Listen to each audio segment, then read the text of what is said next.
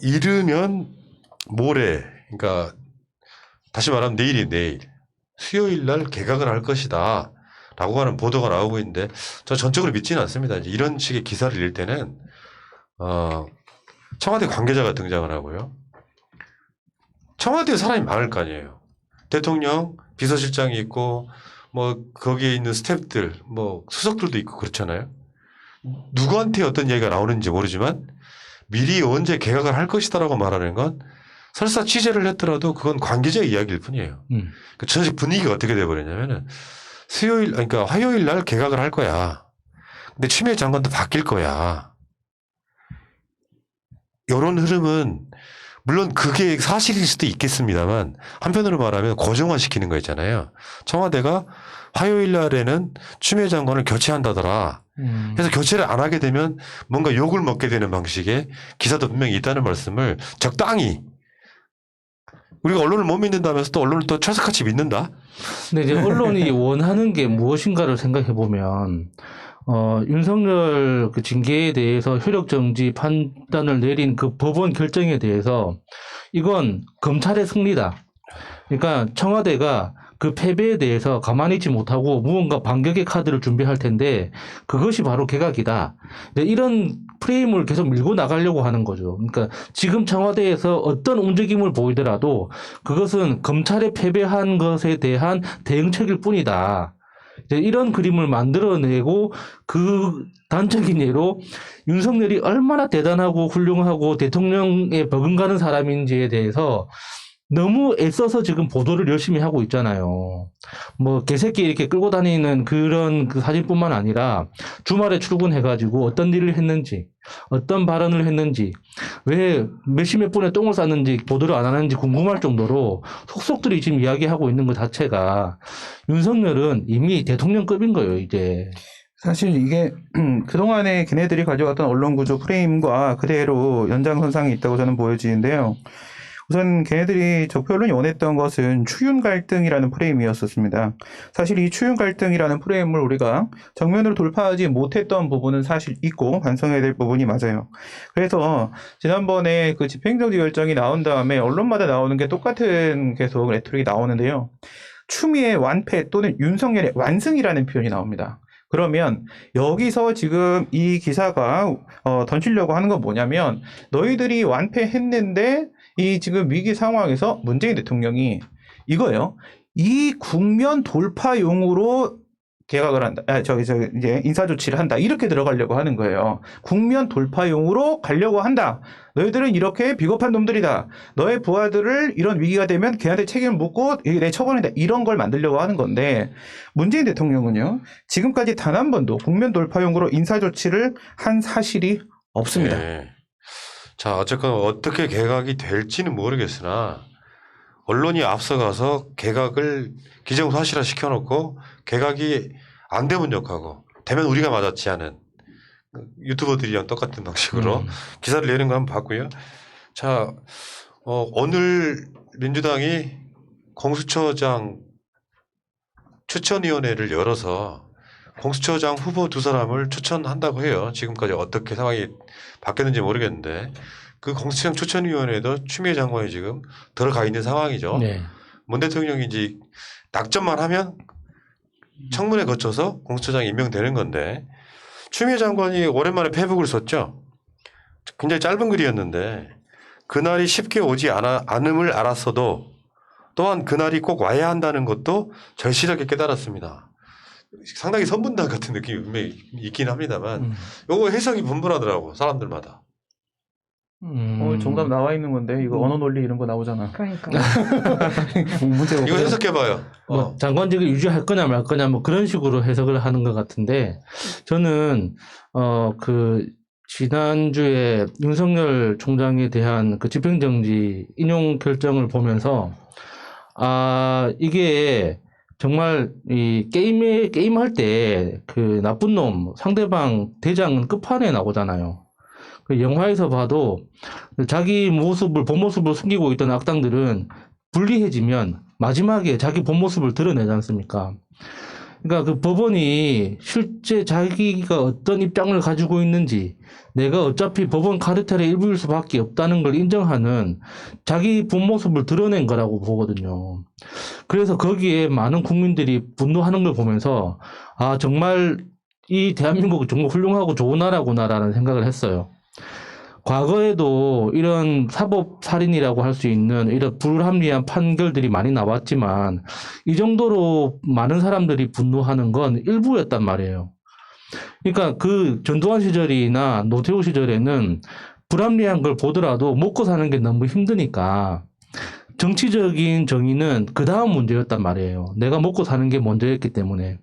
근데 지금은 문재인 대통령이 취임 초기부터 진행했던 그 소득주도 성장 정책이 어느 정도 먹혀들면서 이 벼랑 끝에 서는 사람들이 많이 줄어들다 보니까 정치적 올바름에 대해서 분노할 수 있는 정신적인 공간이 생긴 거예요.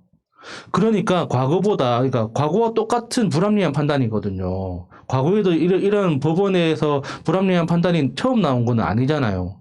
그런데도 불구하고 더 많은 사람들이 더 크게 분노할 수 있는 건 그렇게 분노할 수 있는 정신적 여유가 생겼다는 뜻이거든요. 그래서 저는 이런 정치적 여유가 생겼을 때 정치적 올바름을 먼저 찾는 이 국민들의 분위기 자체가 정말 존경스럽고 대단하다고 생각했어요. 그래서 이제 검찰이나 법원의 어떤 개혁들은 거스를 수 없는 역사적 과제가 돼버린 거죠. 시민들의 머릿속에 막혀버렸기 때문에.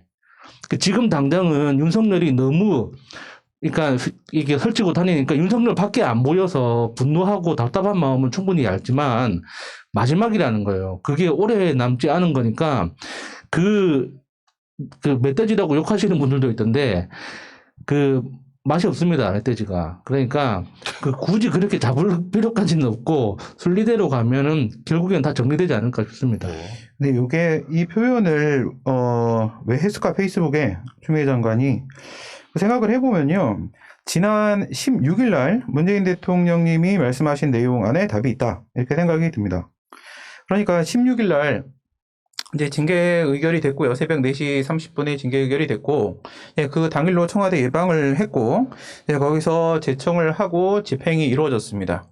이제 징계 처분이 발효해졌고, 그날부터 윤석열은 이제, 출근을 못하게 됐었죠. 근데 그때 당시에 문재인 대통령님이 얘기한 것은, 마지막까지 소임을 다해달라라고 얘기를 했어요. 근데 그 마지막까지 소임을 다해달라라는 것이 무엇인가? 해석을 해보게 되면, 예, 오늘 징계가 나왔고, 그 다음에 집행정지나 뭐 이런, 뭐, 본안소송 오래 걸릴 거니까, 그건 그렇다 치고, 집행정지 같은 건 안 나온다는 지금 전제 하에서, 그때는 알 수가 없었잖아요. 전제 하에서 생각해보면 두 가지 정도를 꼽을 수 있어요. 하나는 공수처 출범을 마무리해달라. 그 추천위원 중에 한 명이 또 법무부 장관이니까, 그거 해달라. 그 다음 두 번째, 마지막 당신이 나가기 전에 검찰 인사를 깔끔하게 좀 정리해달라. 요 정도로 우리가 해석할 수 있었는데, 집행정지가 나와버린 상황이기 때문에, 여기서 또 한 가지 플러스 알파가 생기는 거예요. 추 장관, 당신은 마지막 소임을 해주쇼라고 얘기한 것에 윤석열의 문제도 완전히 해결을 해주쇼라는 내용이 이제는 사정 변경에 따라 포함이 된 것이다. 저는 이렇게밖에 안 보이고, 그래서 그날이 쉽게 오지 않음을 알았어도 이것은 검찰개혁, 그 다음에 윤석열의 문제 이런 것들이 그렇게 쉬운 문제가 아니었구나라는 것을 느끼고 있긴 하지만 그만큼 이것이 우리에게 또한 절실하고 소중한 것임을 다시 한번 생각할 수밖에 없는 것이다. 나는 끝까지 이 장관직을 놓지 않겠다라는 의사를 표명한 것이다 라고 저는 읽힙니다. 이제 보는 사람에 따라서는 어떻게 해석하기 나름인데 그게 본인이 이중 원하는 그걸 수도 있어요. 내가 시를 썼어. 그렇지. 시는 해석하는 사람 나름이거든요. 네. 지금 추미애 장관이 윤석열 탄핵 관련해서 페이스북이 아니라 유튜브 커뮤니티, 추미애 TV 커뮤니티에 올린 글이 하나 있습니다. 윤석열 탄핵 역풍은 오지 않는다. 지금까지 나는 수사권, 기소권 완전 분리와 윤 총장 탄핵 두 가지를 주장했다. 탄핵 부분에서 이견이 적지 않다. 윤 총장 한 명이 수거 카르텔의 전부는 아닌데 굳이 그를 키워줄 필요가 있느냐고들 한다. 탄핵은 자연인 윤 총장에 대한 단죄가 아니다. 수거 카르텔의 중심 역할을 잡고 있는 검찰 조직의 애봉을 꺾어야 나머지 과제들의 합리적, 효율적 배치가 가능하기 때문에 탄핵은 꼭 필요하다. 이렇게 추미애 장관이 요거는 이제 누가 쓴 글이냐면은 오늘 전방송에서 소개가 됐죠. 오마이뉴스에 새날 고정 패널이기도 하신 민영배 더불어민주당 의원이 윤석열 탄핵 역풍은 오지 않는다 하면서 윤 총장 탄핵이 반드시 필요한 4가지 이유를 링크하면서 여기에 이제 쓴 건데요. 이 부분에 대해서는 여러분들이 한번 찾아서 읽어보시기 바라겠고요. 자, 그리고 지금 어쨌든 추미애 장관도 윤석열 탄핵에 찬성한다. 탄핵하면 역풍 불 거라고 생각하시는 분들 역풍이 불 수도 있죠. 네. 문제는 얼만큼 우리가 단합해서 윤석열 그러니까 저쪽에서 이렇게 막 대치기로 나올 때 우리는 어떤 식으로 또다시 대치기를 할 것이냐의 방법 중에 하나인데 탄핵은 바보 같은 짓이야라는 주장은 뭔가 이치에 맞지 않다는 것이고 이따가 제가 김두관 의원 이슈에 다시 한번 다뤄볼게요. 공수처장 관련해 갖고 지금 국민의 지임은 다시 소송을 한답니다. 이 관련해서 무슨 소송을 무효소송 한다는 한답니다. 무효소송. 거예요? 아, 그 집행정지 뭐 그런 것처럼? 그렇죠. 지금 대한민국은 이게 과잉이에요, 과잉. 예. 국회에서 풀어야 될 문제를 저쪽은 진짜 그런 거죠. 공수처 출범을 방해하기 위해서 자신들이 추천한 위원회까지도 비토권을 막 예. 반대를 했던 사람들이 도저히 안 되겠다 이러면은 공수처 법이 바꿔서라도 이 개정을 해서라도 공수처 법을 이렇게 작동을 시켜야 되겠다라고 생각하는 이 과정에 이걸 이제 야당의 비토권을 한 장으로 줄인 상태에서 출범을 시키려고 하니까 이것도 소송을 하겠다 이런 거잖아요. 지금은 이제 사법 만능의 시대가 돼버린 것이죠. 요거 그냥 바로 깨드릴게요. 주호영은 판사가 아니었던 것으로 밝혀졌습니다. 네. 판사였다면 이렇게 무식할 수는 없습니다. 그러니까 사실 윤석열 집행정지 관련돼서 쟁점에 걸린 부분이나 이런 것도 제 채널에서 제가 방송했던 내용 다 맞았거든요. 그런데 무슨 말씀이냐면 무효 확인 소송을 제기한다라고 해요. 이걸 민사소송 생각하는 것 같은데 그건 당연히 아니고요. 그다음에 이걸 행정소송, 행정법원 얘기를 꺼냈어요. 이게 윤석열 집행정지 나온 거 가지고 지금 그 승리에 심취해가지고 그 승리도 아니거든요. 근데 심취해가지고 행정법원에 또 행정소송을 제기할까 이러는데요. 행정소송법 45조에 따르면 바로 각하됩니다. 이런 소송은 개별법에 근거가 없으면 인정이 안 되는데요. 이 공수처에서 하는 결정은 외부적 처분이 아니기 때문에요. 무조건 각하예요. 들어가자마자 그냥 문전박대 돌려보내버리고요. 그 다음에 위헌법률 심판을 제기한다라고 했는데요. 위헌법률 심판을 제기하려면 공수처법에 근거해서 어떤 구체적인 처분이 나오고 그에 대한 행정소송을 제기하고 그 안에서 제청 신청을 해야 됩니다. 근데 처분이 나온 게 없고요. 나올 것도 없어요. 그렇기 때문에 위헌법률 심판도 제기될 수 있는 기회는 1도 없을 겁니다. 그러니까 주호영 당신은 이제 법률가라고 말하지 마. 국회의원 아닙니까? 국회의원이시구나. 네. 네.